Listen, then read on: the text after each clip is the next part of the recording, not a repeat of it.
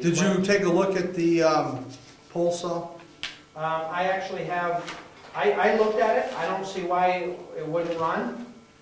So I took it to Steve Lee, Lee's Small Engines, and see if he'd look at it. It's got plenty of compression, had spark, so it might be just because it sat and needed a carburetor cleaning.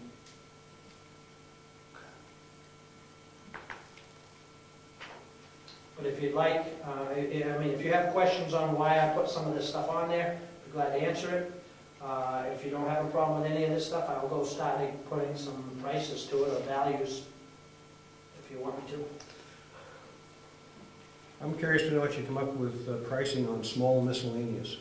That's going to be hard. And I tell you that I just thought. What is considered small miscellaneous? Everything, because just like Bill said, I don't want the public to have the impression that I'm using a lot of the town stuff, or what's the town's, what's mine, and everything else. If you know, it's like the torches. We're giving up the gas account. So why does the town need those torches hanging around? They don't. Might as well get rid of them. You know, I got all my own stuff. I don't need anything in the town. And if the town's going to be out of the equipment business, why have it? Why have the public have a question on what I have versus what the town has? Some people think that... Now, does that small miscellaneous include the mishmash of tools that's in there? I would. I don't know why you'd want to keep that. What he's indicating is clean the place out. Clean the place out. I mean... Okay. Well, my only concern with that would be is that... Well, no, because we would actually send it out to the shop. The forestry union would go to the shop to be working on it. It always went to, when it was the plow truck, it always went to Crowell's. Yeah. If it's a small minor thing, I have my own tools. I'm sure Brad has his own tools to do what needs to be done within the capabilities.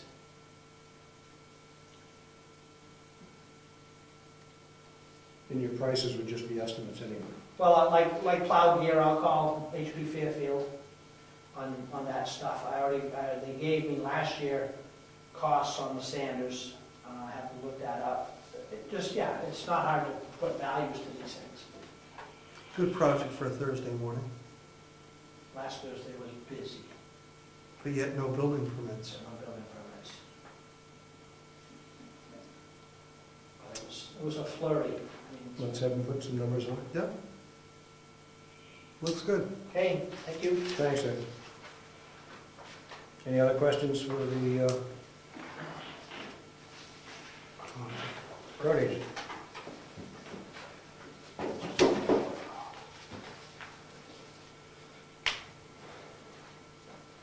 You don't have anything for emergency management? The school district? No, I do only thing I said that Brad and I attended some training 2 weeks ago. We have another one coming up that we've done for emergency management, and it had to deal with how they go in and they get the terminology, but how they come up with the houses and declare them, what portion was declared when you get loans from the federal government, you know, when there's a disaster relief. And I went through the ground rules of when you get disaster relief, and what's covered, what's not covered, and what part of the house, and if you have a foot of water on your first floor, you're out of luck, it has to be over 2 feet, you know, all these crazy rules. It was very interesting. You mentioned last week, and maybe we should just make it a part of the record, something about the wire and the fact that we have to, the code has changed.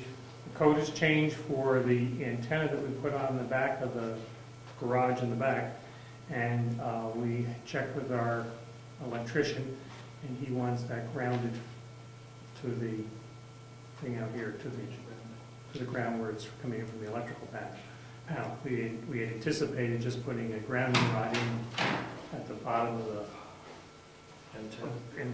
antenna next to the garage. So now that has to be grounded. It's something we did not anticipate. Yeah, it's interesting, some of these code changes, just in passing, but the vocational center at Kingswood complex, when they built it, was built to be 2-story.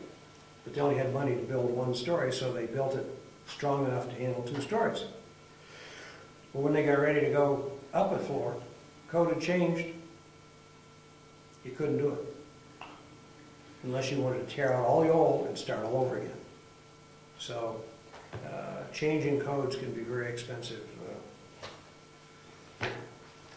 I started to, unless you have anything else from the emergency management bill, I was going to just comment on the school district. We're not into the panic mode yet, but boy, that calendar is ticking.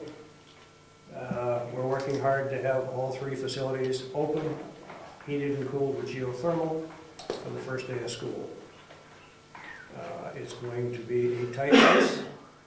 They've had as many as 193 people on the work site, and I've mentioned in the past 85 people just working demolition. Most of the demolition is done. They're down probably to the last 20% of the brick on the exterior. It's looking very nice. And for those of you who didn't know it, the old walls in the high school were plastic, R factor of 4. And they're now almost completely done at an R factor of 30. Should be a substantial difference in the cost to heat and cool. Any questions on the school district? Heritage Commission. Wait, one more note. All right. First of all, we finally got the article in the newspaper on the grant that we received for the site survey that we're doing on the townhouse. So thanks to Tom Baylor for getting that in the paper. Saturday at this point, we are still scheduled to have the state archaeologist come out and teach us how to do site surveys. It's a little up in the air, so I will have to notify everybody. We're still a little iffy on whether we're in agreement on what we're going to do when and where. August 13th is Old Home Day, so everybody put it on your calendar. It is a Saturday. It will start with the Brookfield Wakefield Historical Society having their traditional pancake breakfast at the townhouse. The townhouse will be open that day all day from 10 to 4. We will have exhibits, we will have our measures on display, and hopefully one of the books that we had reconditioned.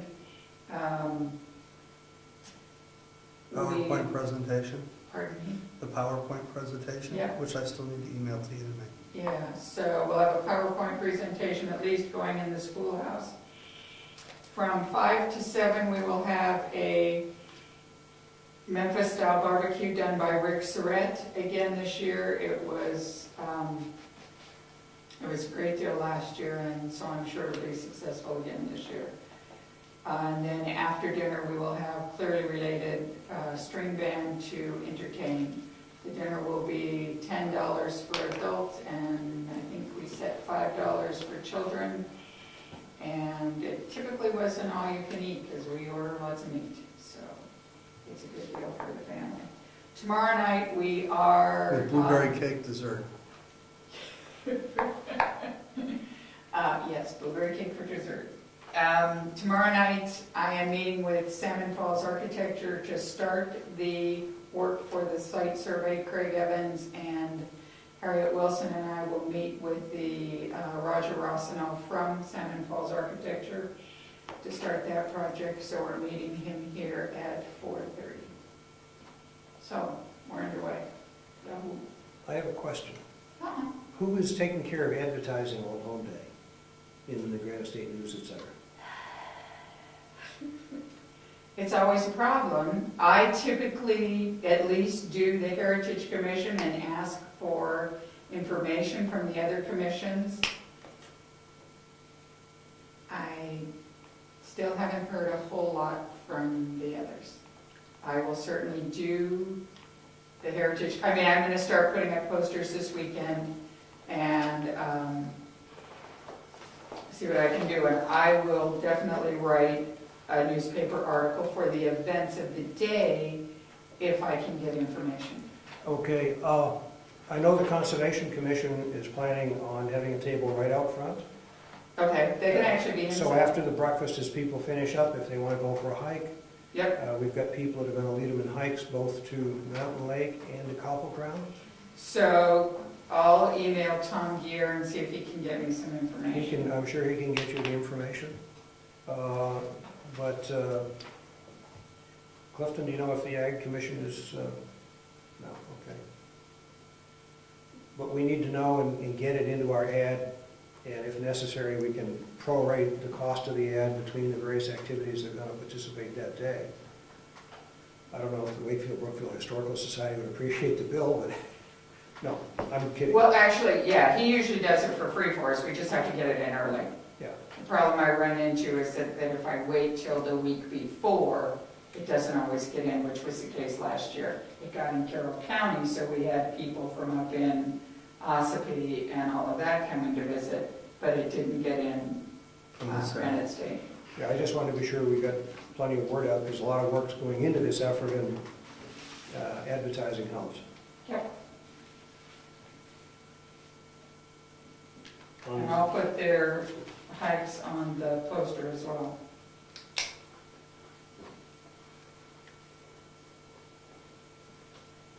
That's it for me. Okay.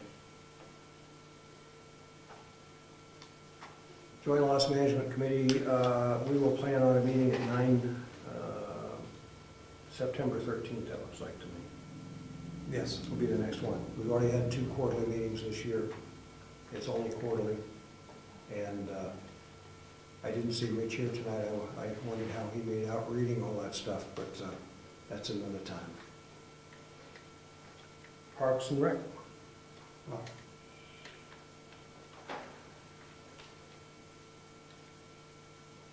Planning Board. New Hampshire DOT informed the planning board that there's going to be culvert repair on 109. I think it's going to start soon, but I don't remember the exact date. I don't remember the date. You actually have a copy of the report in your email. And we went over virtual town hall and the planning board's role in it. We know we have to get our subcommittee to get the PDFs together so we can figure out what should be actually on the website and ready for the citizens if they want to download anything. We're still cleaning up the rules of procedure.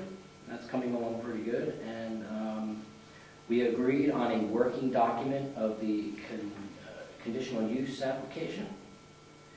And so that's moving ahead. And we discussed a capital improvement subcommittee. We're using sandwiches basically as a template.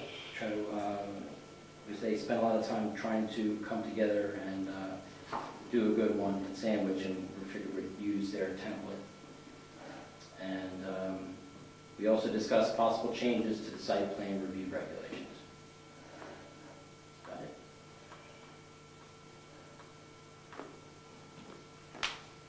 Any questions? Webmaster. I would just comment that I took a plastic tray, put web committee chairman, and as people have things that they think they should get to Jennifer, because she's kind of the filter to get it into our town website.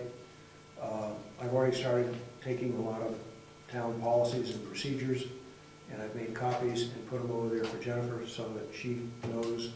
And I also called her and let her know. I see that the tray is empty, so she's been here and picked it up. It will be incumbent on everybody involved in the town government to make sure their activity gets to the website. It's only as good as we make it, but we've delegated the responsibility to the planning board, the ZBA, the selectmen, and the various parks and rec. I can get down the list here, but I think you know what I'm talking about. I would ask the other 2 selectmen if they think of other things that they think of, let me know, and I will work to get it to Jennifer. Okay. I also had some pictures which I got to her, and I'm hoping our archivist will come up with some little ditties from the town history which we can insert here and there. I've asked him to get with me on what he's putting in versus what the Heritage Commission will put in. Anything else?